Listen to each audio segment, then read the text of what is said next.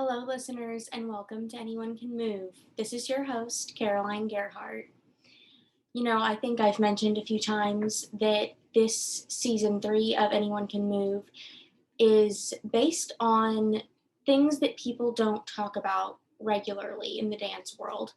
And by that, I mean things that are kind of swept under the rug, things that aren't brought up in normal conversation just because they're considered taboo to talk about. And our guest that we have on today is somebody who is bringing one of those topics to light and is going to shed some light on it for us. We have Dawn Smith-Theodore on the podcast today, and she is an expert in eating disorders.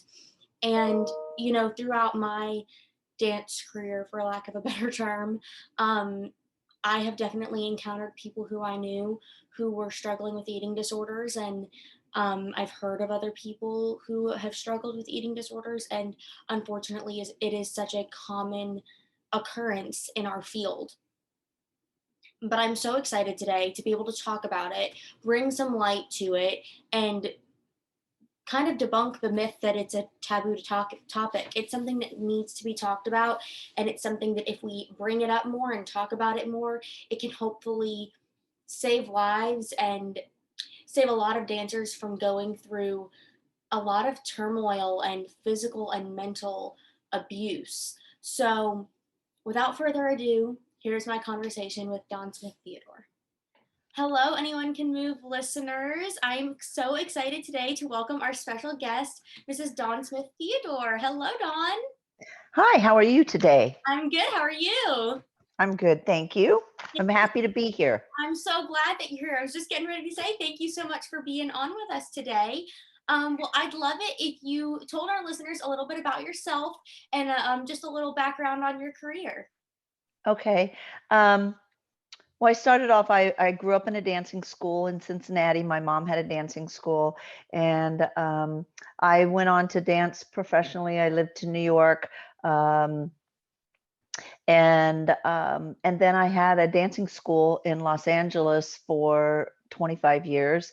And during that time, I went back to school and got my master's and became a clinical or a psychotherapist who specializes in eating disorders. I'm also recovered from anorexia, and so I treat dancers with eating disorders, and I speak around the world on dancers with eating disorders, and the book is called Too Thin. So that's a little bit about me. I have two psychotherapy offices in Los Angeles. That's incredible. That's such, I think it's so interesting and so unique that you have a dancing background and specialize in eating disorders because, it is unfortunately so common in our field that dancers develop eating disorders. But I think maybe it might be hard for some medical professionals to understand the different pressures that dancers have put on them compared to other fields that, you know, the other different ways that eating disorders develop. It's so common in dancing. So leading into that, what's one of the most common eating disorders you see present in dancers? Um, I would say anorexia and bulimia, both. And I always talk about eating disorders. It doesn't matter the symptoms, whether it's anorexia, bulimia, or binge eating disorder. It's what's what's the underlying reason. And so I would say anorexia is probably the most common with dancers, but bulimia also, because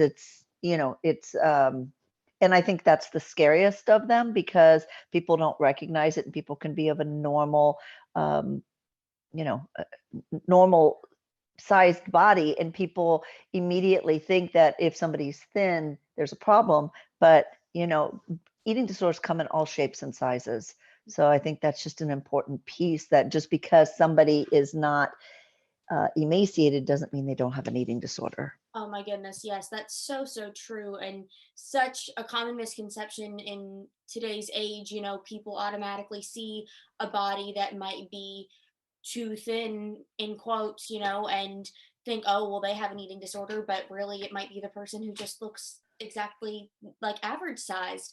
And I think a point that you just made is really important, that, it's more about where it's coming from, not the result. It's so important to recognize where everything is initiated from and why that is being caused. With dance and in your experience with working with dancers, what do you think is the main cause that why is our field like this? Why does our field um, produce so much of this negative culture?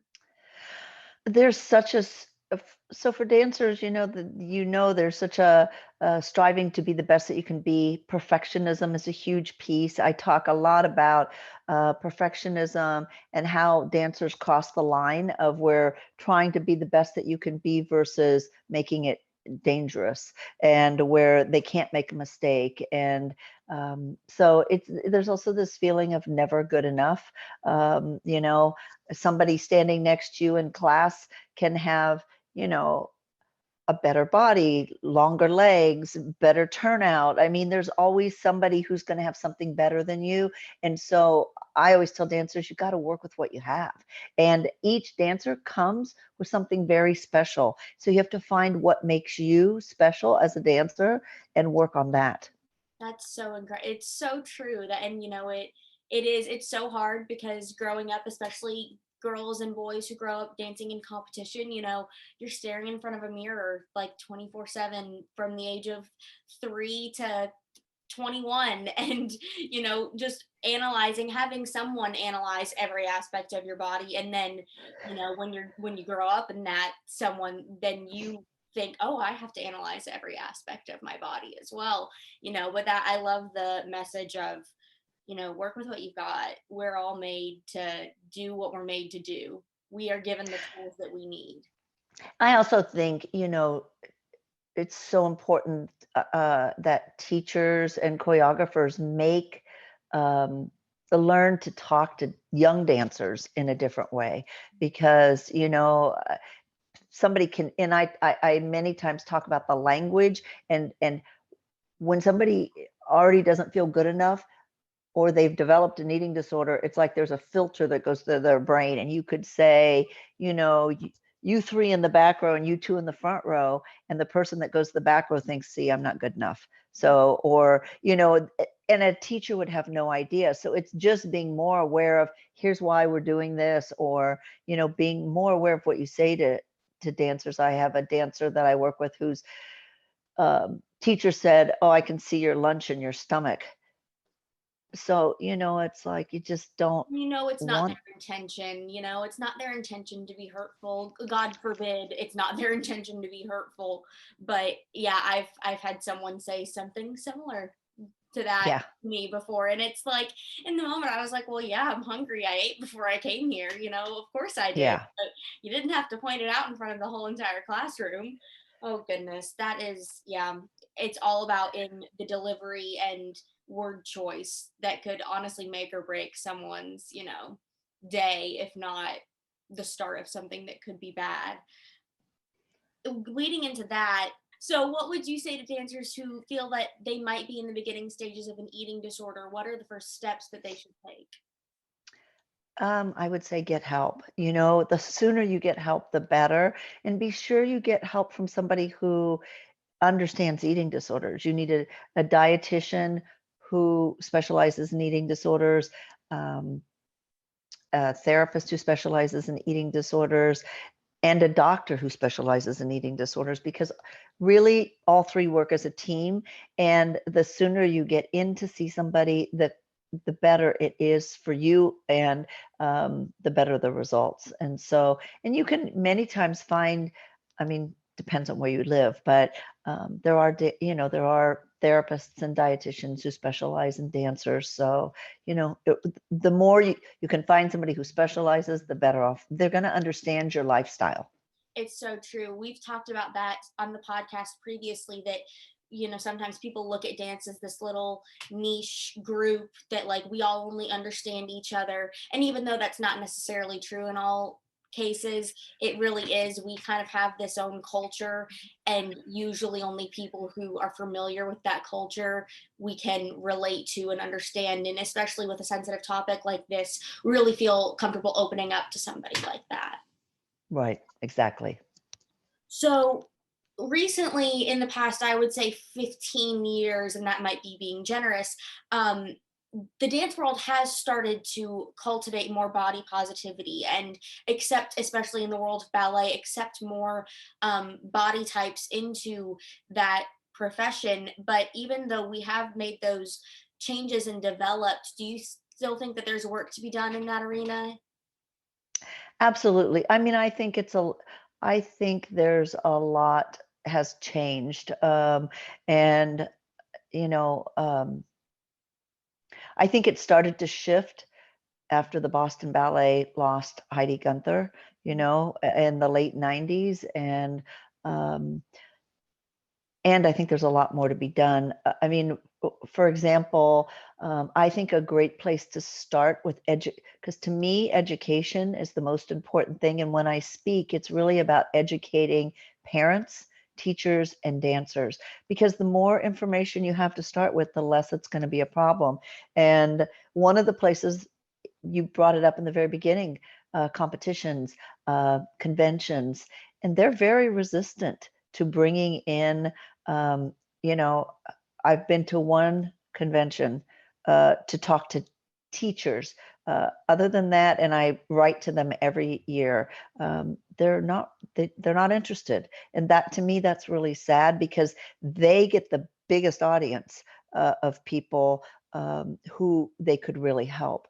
And I feel like if they would join forces, it could be a really great thing to educate young dancers, because we've got to start with young dancers.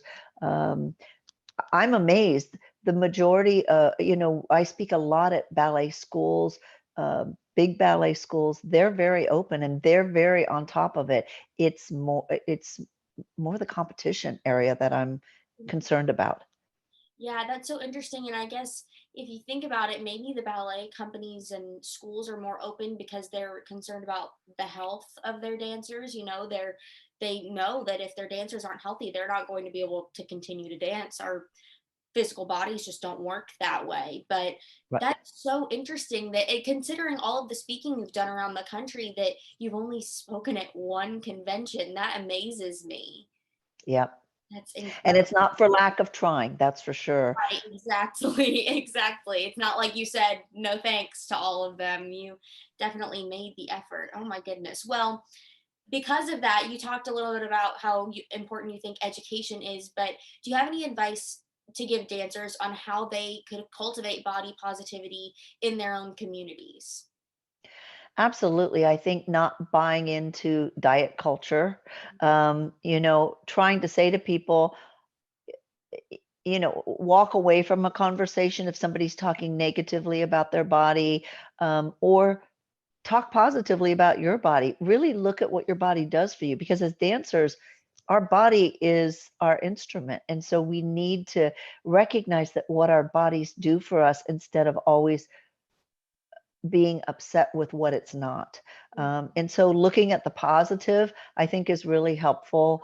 Um, and I think, being ours, not paying attention on, I think social media can be very problematic for young dancers, because they spend their life on social media comparing themselves to other people. And remember that you can only compete with yourself. So be the best dancer that you can be, and really try to promote that within your own community, and not thinking that certain foods are bad. Or I had a dancer once who was shamed for bringing a peanut butter and jelly sandwich. It's okay. It's like, and versus a salad. And so, but the truth is that we need energy to be able to dance. And so recognizing that carbs are not bad, that like just not promoting diet culture, I think, is a huge piece of this. That's so important. Yes, and diet culture, even outside of dance, has just become such a awful multi-million dollar industry, and it's so hard nowadays to find anyone who doesn't buy into it. It's completely surrounding us everywhere we are, and I'm college age, and so it's really like it is hard not to buy into it and to like um discredit the things that people are saying when you know they're not true. It's really hard. It's hard to, and so, it's like we need little seeds in all dance communities to be positive about their bodies, positive about all foods fit, and that dancers need to eat in order to be able to perform at their peak, whether it's in class or in a performance. And something that I just kind of thought about that is kind of going back to what we were talking about ballet companies, but when you think about professional male ballerinas there and ballet dancers, they're so muscular, they're not stick thin usually, and how that body type is almost praised, but yet if a muscular ballerina comes in, it might not be looked at the same way. Do you think that any of that has started to, because you said you've been talking in some different ballet companies and schools, do you think that has kind of started to fade into the distance, or is that something that's still that gender norm? Is it still present in our community? Um, I think that there is more. I think there are more muscular bodies for female dancers. So, and a lot of dancers cross train. They do, whether they do gyrotonics or Pilates or different forms. And so to try to make their bodies stronger, and the stronger someone's body is, the more it's going to have longevity. So, and I think Misty Copeland has helped the ballet world a lot in that changing the way we look at the ballet body, and that you can be muscular, and that it is beautiful. That's so true. I just remember the first time I saw the Under Armour commercial that she did, and my mom was like, Caroline, you have to watch this. It's so incredible. And just the way her legs are, like, you can see every defined muscle in them. And I was like, that's beautiful. How could anyone not think that that was gorgeous to watch on stage? And I didn't even really think that it looks that different than any other ballet body that I had seen, but it made such waves in our community and was obviously breathtaking. And so that you're so correct in that she definitely started that kind of revolution in that sense. Um, so we've talked a little bit about if you feel like you're having a need in the beginning stages of an eating disorder, what you should do. Um, but why do you think eating disorders go so commonly untreated in in the dance world? I think that dancers are afraid to speak up and say they have a problem. In the professional world, they don't want to lose their job, you know, and um, and I think whether it's in the college level or it's in a dance studio, you don't want to be singled out or seen as having a problem. And so I think there's a lot of fear that goes along with not wanting to speak up. I think even when people um, reach out for help. One of the things that I tell clients all the time is reaching out for help is one of the things that's going to help you get better. And I ask clients all the time, send me a text. If you're struggling, send me a text. And actually, I just saw a dancer last night who said to me, I just have such a hard time reaching out. I don't want anybody to know that I need help, that I can do it myself.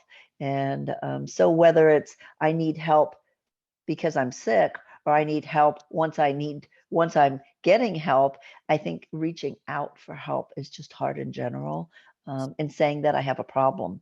And that definitely goes back to the idea of perfectionism that we were talking about earlier, that dancers are so commonly type A perfectionists. We have to do everything on our own. We don't want any help. And so reaching out and admitting that you need help with something can, uh, um, excuse me, obviously be hard when that's the culture that we were brought up in, that you can do everything on your own as well. Um, Yeah. have you ever experienced dancers coming to you saying that eating disorders were being encouraged by anyone above them?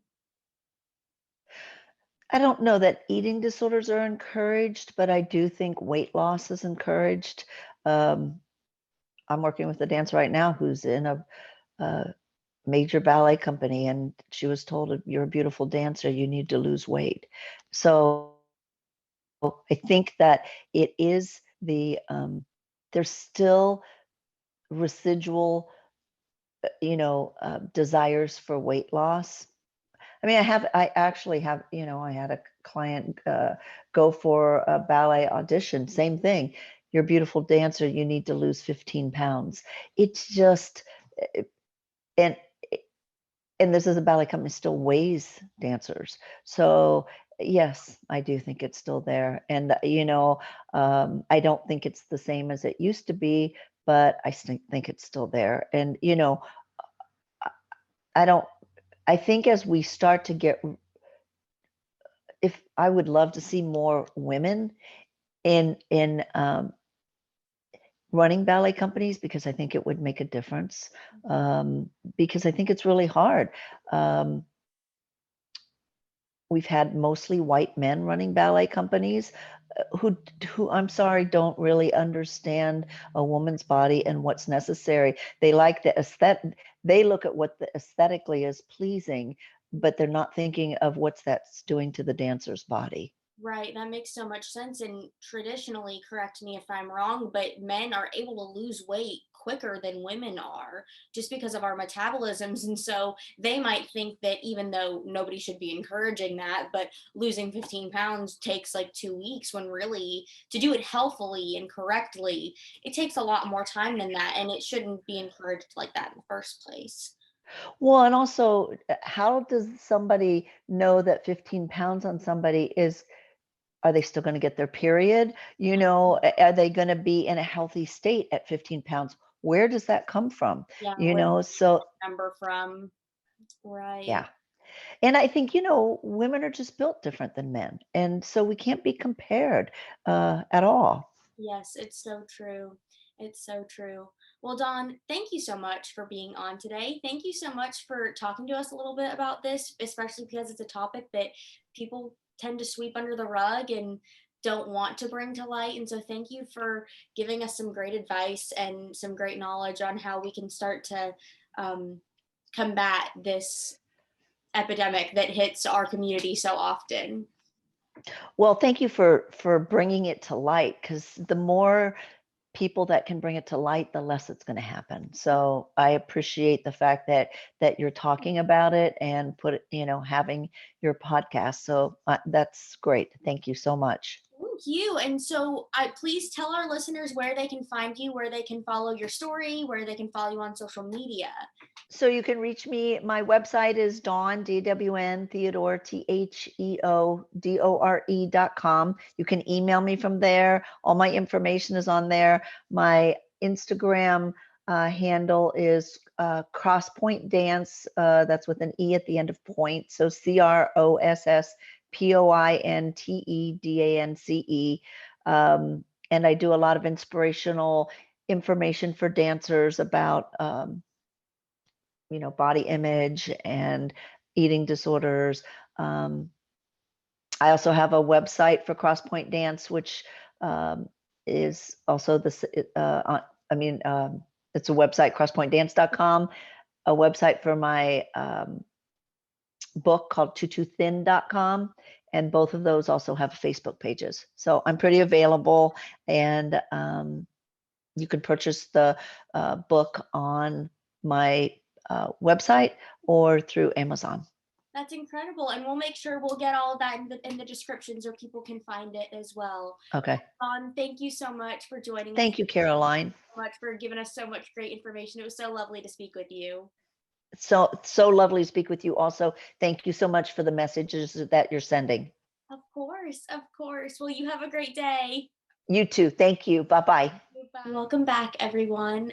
I just so enjoyed talking to Dawn today. She is such a sweet woman, and she obviously has done so much incredible work in her field.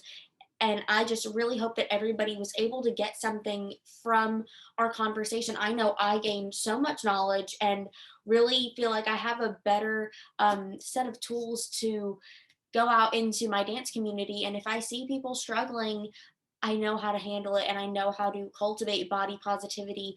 She was so right in that it's so important that we start with our younger generations of dancers, that we give them this information and this education early on so that they can help to prevent it and help prevent eating disorders when they grow up. And so our future generations don't have to deal with some of the horrible plights that we've currently faced in that arena in dance. And another point that I think it's really important to make before we end today is that you need to be vocal. If you feel like this is something that you are possibly dealing with, if you feel like you have a friend who might be dealing with this, take Dawn's advice, go to her website, listen to what she's saying, and find help so that you can prevent something from happening that could be worse. And just don't be afraid to ask for help because we all need help sometimes. All right, everyone. Well, as always, keep moving, stay curious, and stay confident. We'll see you next time.